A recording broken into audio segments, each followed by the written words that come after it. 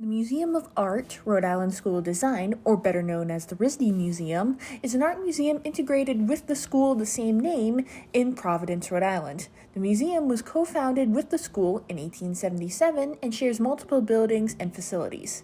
It is the 20th largest art museum in the United States and has a collection of over 100,000 objects containing a broad range of works from around the world, including Egypt, Asia, Africa, ancient Greece and Rome, Europe, and the Americas.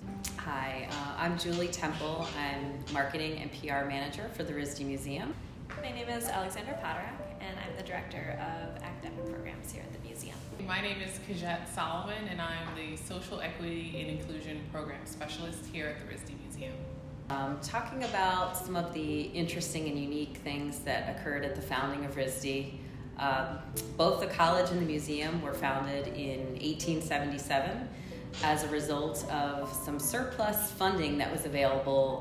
A group in Rhode Island a group of women in Rhode Island had been working on fundraising for Rhode Island's support of the country's centennial celebration in Philadelphia, and there was a remaining amount of just over $1,600 that they were deciding what to do with that surplus. And the choices were between opening a college and museum of art and design or building a fountain somewhere within the city of Providence. And fortunately, they went with the College of Art and Design with the museum. So both the college and the museum were founded in 1877.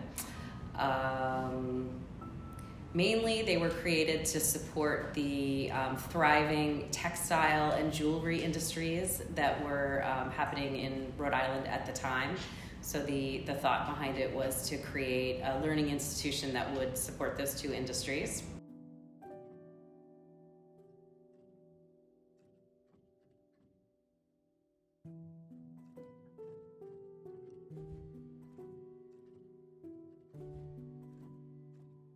So the museum is focused currently a lot on using our collections with over 100,000 objects.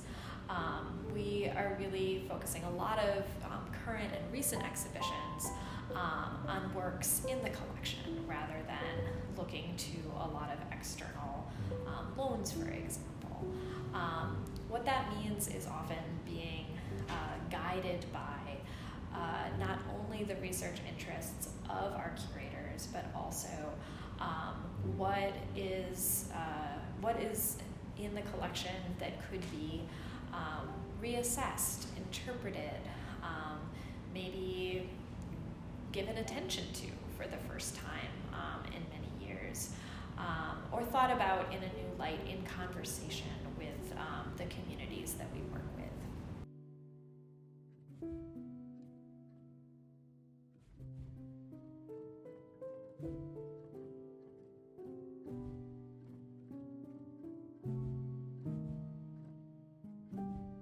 The collection priorities and new acquisitions really are focused on our commitment in our anti-racist action plan that we published in 2020, which was to collect at least 75% underrepresented artists and makers.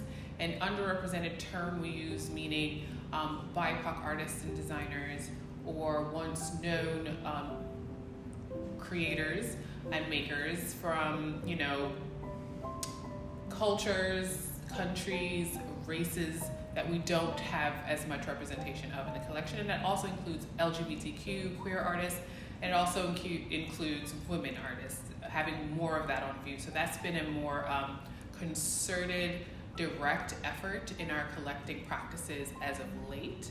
And I will say in the past, that has been a priority, but we've just kind of really put a more solid commitment on what that percent would look like. And it's really gratifying to know that about in the last 2 years, we've over that 75% commitment, and I think we're over 80 in the past 2 years. And I'd also say that it matters for our collection to also reflect some of the departmental majors here at RISD, so that students also have access to the collection.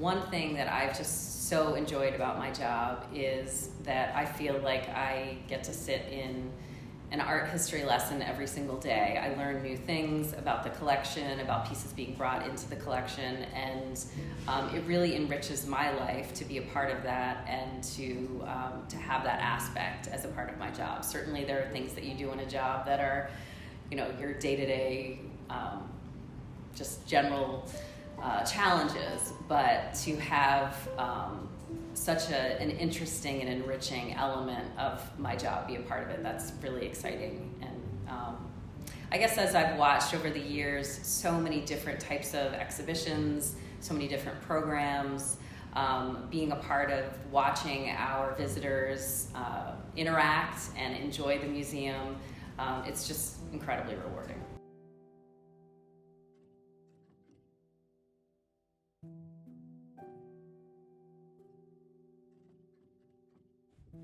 My prior experiences were in both very small and very large museums. And there are a lot of things that I really appreciate about this institution in comparison. But one of them is its real kind of intersection between academic and public audiences, between local communities and student communities and global communities. And of course, it's a really wonderful collection that we can draw on to bring all of those people together. But personally, I think it's really been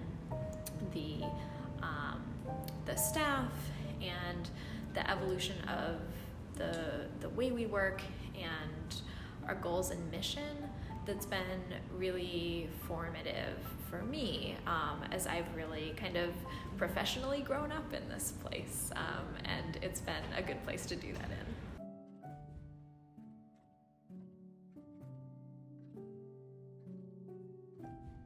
Really the values of my colleagues that work here that make me feel like I'm comfortable coming to work and I can bring my full self to work. I don't feel like I have to sort of compartmentalize or not bring my culture with me or my faith with me or anything like that.